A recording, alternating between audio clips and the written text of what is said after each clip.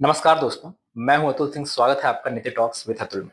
दोस्तों, भारत में आज एक अजीब सा विरोधाभास है। एक तरफ हम कहते हैं महिलाओं को सशक्त बनाना है, दूसरी तरफ हकीकत यह है कि कामकाजी महिलाओं की हिस्सेदारी घटती चली जा रही है। यह गिरावट तब हो रही है जब शिक्षा बढ़ रही है, डिजिटल बैंकिंग बढ़ रही है और सरकारें कह रही हैं हम सीधे महिलाओं के खाते में पैसा डाल रहे हैं।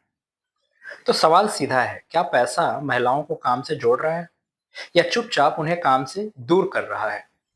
आज का पूरा विश्लेषण इसी सवाल के इर्द गिर्द घूमता है। सबसे पहले जमीन की सच्चाई को समझते हैं। भारत में महिला श्रम भागीदारी दर पिछले एक दशक में लगातार दबाव में रही। कई राज्यों में यह दर 20 से 25% के आसपास सिमटी हुई है, जबकि पुरुषों में यही दर 60 से 70% के पार है। यह गिरावट इसलिए नहीं है कि महिलाएं काम नहीं करना चाहती। असल कारण ज्यादा गहरे हैं। घरेलू काम का बोझ, बच्चों और बुजुर्गों की देखभाल, सामाजिक अपेक्षाएं, कम वेतन वाले असुरक्षित काम और सबसे अहम, घर में आने वाली गैर कामकाजी आय। यहीं से कैश ट्रांसफर स्कीम्स का मुद्दा शुरू होता है। सरकारों ने जब महिला केंद्रित कैश ट्रांसफर योजना शुरू की तो तर्क बहुत स्पष्ट था। महिलाओं के हाथ में पैसा आए, आर्थिक सुरक्षा बढ़े, परिवार में उसकी बार्गेनिंग पावर बढ़े, शिक्षा, पोषण और स्वास्थ्य भी सुधरे। कागज पर यह फर्क पूरी तरह सही लगता है और इसमें कोई शक नहीं, इन योजनाओं से गरीबी का तत्कालीन दबाव कम हुआ है। लेकिन नीति का मूल्यांकन सिर्फ इंटेंशन से नहीं, इम्पैक्ट से होता है। यहाँ आप थोड़ा इकोनॉमिक समझना जरूरी है, पर बहुत ही सरल भाषा में। कोई भी व्यक्ति काम करता है तो वह दो चीजें तिलता है: काम से मिलने वाला पैसा और काम की लागत, थकान, समय, जोखिम, सामाजिक दबाव। जब घर में काम के बिना पैसा आने लगता है तो यह संतुलन बदल जाता है। इसे कहा जाता है नॉन लेबर इनकम इफेक्ट। महिला यह सोचने लगती है, अगर घर का खर्च बिना बाहर काम किए चल सकता है तो क्या यह मेहनत जरूरी है? यही वह बिंदु है जहां कैश ट्रांसफर सशक्तिकरण और निर्भरता के बीच की रेखा पर खड़ा हो जाता है। अब एक बहुत महत्वपूर्ण कॉन्सेप्ट को समझिए, रिजर्वेशन वेज।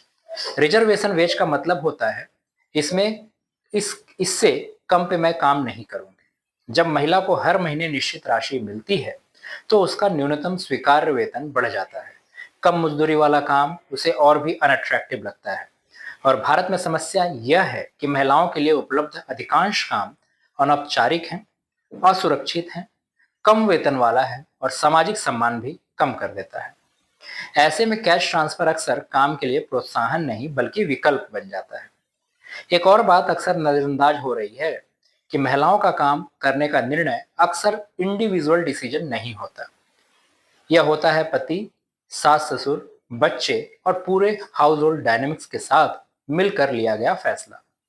जब महिला के खाते में सरकारी पैसा आने लगता है तो कई घरों में यह तर्क बनता है, अब बाहर जाकर काम करने की जरूरत क्या है, खास तौर पर वहां जहां सामाजिक नॉर्म्स पहले से रिस्ट्रिक्टिव हैं। अब भारत को एक इकाई मानना सबसे बड़ी गलती होगी। ग्रामीण भारत में काम ज्यादातर फिजिकल है, मजदूरी कम है, चाइल्ड केयर सपोर्ट नहीं है, ट्रांसपोर्ट और सेफ्टी इश्यूज ज्यादा है। ऐसे माहौल में कैश ट्रांसफर महिला को काम से दूर करता है। वहीं शहरी भारत में सर्विसेज सेक्टर मौजूद है, पार्ट टाइम और फ्लेक्सिबल काम मिल सकता है, एजुकेशन और एस्पिरेशन का स्तर अलग है। यहाँ कैश ट्रांसफर कभी कभी न्यूट्रल या हल्का पॉजिटिव असर भी दिखाता है। यही असर समान नहीं बल्कि कॉन्टेक्स्ट स्पेसिफिक हो जाता है। एक बहुत बड़ा भ्रम है कि पैसा आएगा तो एम्पावरमेंट आएगा। यह सबसे खतरनाक ओवर सिंप्लीफिकेशन है। एम्पावरमेंट सिर्फ पैसे से नहीं आता। अगर महिला काम से बाहर है, स्किल्स नहीं बढ़ रही, लेबर मार्केट से डिस्कनेक्ट हो रही है तो लॉन्ग टर्म में उसकी ऑटोनॉमी कमजोर पड़ती है। आज पैसा मिल रहा है, कल योजना बदली तो महिला फिर से डिपेंडेंट हो जाती है। यानी short term relief long term vulnerability में बदल जाती है। तो कैश ट्रांसफर स्कीम्स ना तो पूरी तरह सही है, ना पूरी तरह गलत। उनका असर महिला के कॉन्टेक्स्ट, स्टेट, उम्र, शिक्षा और हाउस होल्ड स्ट्रक्चर पर निर्भर करता है। और सबसे अहम, अगर डिजाइन गलत हुआ तो पैसा काम को रिप्लेस कर सकता है। पर अब असली सवाल उठता है, कौन से राज्यों में क्या असर दिख रहा है, कहां महिलाएं एम्प्लॉयमेंट गिरा है, कहां नहीं। नंबर्स और ट्रेंड्स क्या बताते हैं? भारत में जब भी कोई योजना शुरू होती है तो एक अनकहा मान लिया जाता है, सब राज्यों में इसका असर लगभग एक जैसा होगा। महिला केंद्रित कैश ट्रांसफर योजनाओं के मामले में यह मान्यता सबसे ज्यादा भ्रामक साबित होती है, क्योंकि भारत में महिला रोजगार की स्थिति, उद्योग संरचना, सामाजिक मान्यताएं और मजदूरी के अवसर राज्य दर राज्य पूरी तरह बदल जाते हैं। आंकड़े यह साफ दिखाते हैं कि जिन राज्यों में महिला रोजगार पहले से ही कमजोर था, वहां कैश ट्रांसफर के बाद काम से बाहर होने की प्रवृत्ति तेज हो गई। इन राज्यों की कुछ साझा विशेषताएं भी हैं। ग्रामीण आबादी ज्यादा है, अनौपचारिक रोजगार का दबदबा है, कृषि और लो पेड मैनुअल वर्क पर निर्भरता, सामाजिक नॉर्म्स ज्यादा रिस्ट्रिक्टिव हैं। ऐसे माहौल में जब महिला के खाते में निश्चित राशि आने लगती है तो हाउस होल्ड का कैलकुलस बदल जाता है। काम से मिलने वाला सीमित पैसा अब जरूरी नहीं रह जाता। डेटा यह दिखाता है कि इन राज्यों में महिला श्रम भागीदारी में लगातार गिरावट देखी गई है। यह गिरावट कैश ट्रांसफर के रोल आउट के बाद और स्पष्ट हो जाती है। सबसे ज्यादा असर कम शिक्षित और विवाहित महिलाओं पर पड़ा है। यह कोई अचानक गिरावट नहीं थी, बल्कि धीरे धीरे पर लगातार हुई कमी थी, जो पॉलिसी सिग्नल की तरफ साफ दिखाई देती है।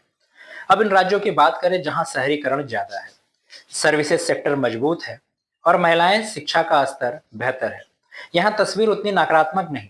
इन राज्यों में कैश ट्रांसफर के बावजूद महिला रोजगार पूरी तरह कोलैप्स नहीं हुआ। कुछ मामलों में पार्टिसिपेशन रेट स्थिर रही, कहीं कहीं एजुकेशन कंटिन्यूएशन और स्किल इन्वेस्टमेंट बढ़ी है। इसका कारण कैश नहीं है, इसका कारण है अपॉर्चुनिटी स्ट्रक्चर। जब महिलाओं के पास काम के बेहतर विकल्प हों तो कैश ट्रांसफर काम का विकल्प नहीं बनता, बल्कि ट्रांजिशन सपोर्ट बन सकता है। भारत में महिला रोजगार पर सबसे गहरी दरार ग्रामीण और शहरी भारत के बीच है। ग्रामीण क्षेत्रों में काम फिजिकली डिमांडिंग है, मजदूरी बेहद कम है, चाइल्ड केयर सपोर्ट लगभग शून्य है, ट्रांसपोर्ट और सेफ्टी इश्यूज ज्यादा है। ऐसे में कैश ट्रांसफर महिलाओं के लिए काम छोड़ने का रेशनल विकल्प बन जाता है। वहीं शहरी क्षेत्रों में फ्लेक्सिबल जॉब्स की संभावनाएं हैं, पार्ट टाइम और सर्विस बेस्ड रोल्स हैं, सोशल एक्सेप्टेबिलिटी ज्यादा है। यही कारण है कि एक ही नीति दो अलग भारत में दो अलग परिणाम लेकर आती है।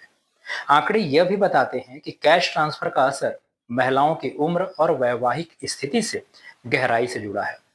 युवा और अविवाहित महिलाएं कैश को एजुकेशन या ट्रेनिंग में इन्वेस्ट करती दिखती हैं।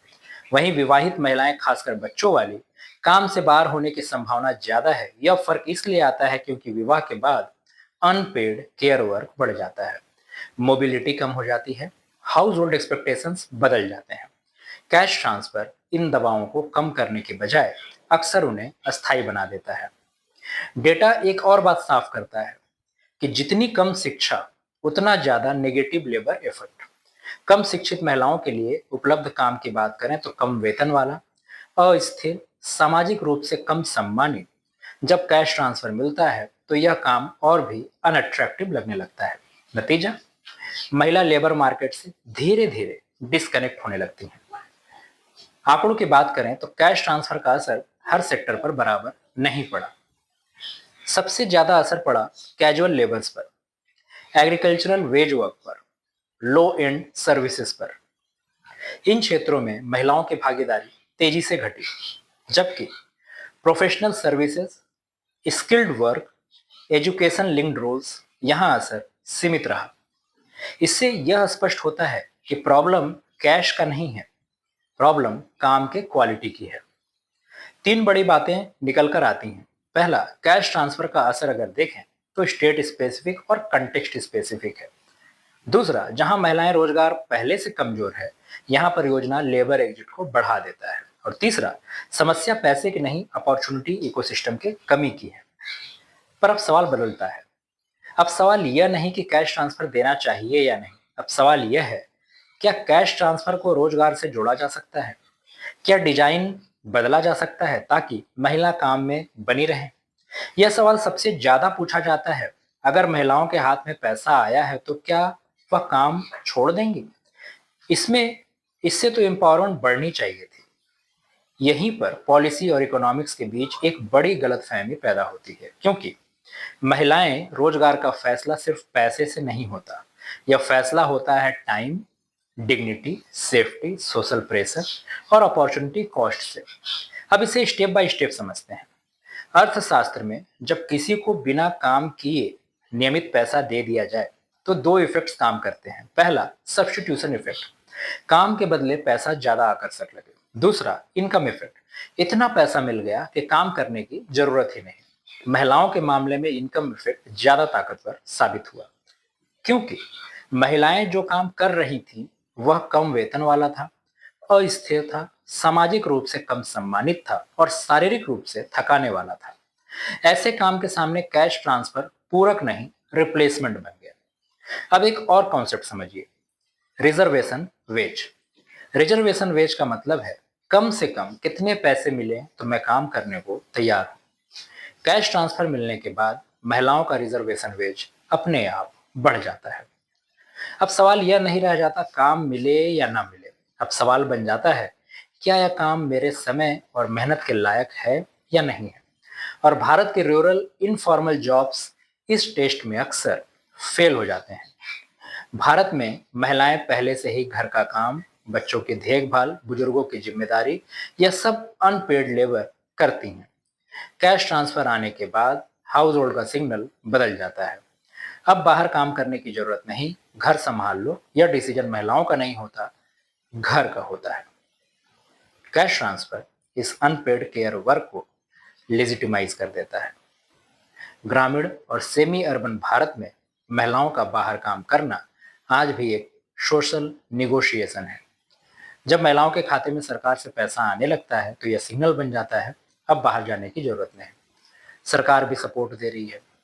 यह बहुत ही सब्टल लेकिन एक पावरफुल मैसेज है। इससे मोबिलिटी कम हो जाती है, स्किल घट जाती है और लेबर मार्केट से डिस्कनेक्ट बढ़ जाता है। यह इफेक्ट पॉलिसी डॉक्यूमेंट में नहीं दिखता लेकिन ग्राउंड रियलिटी में बहुत तेज होता है। Thank you.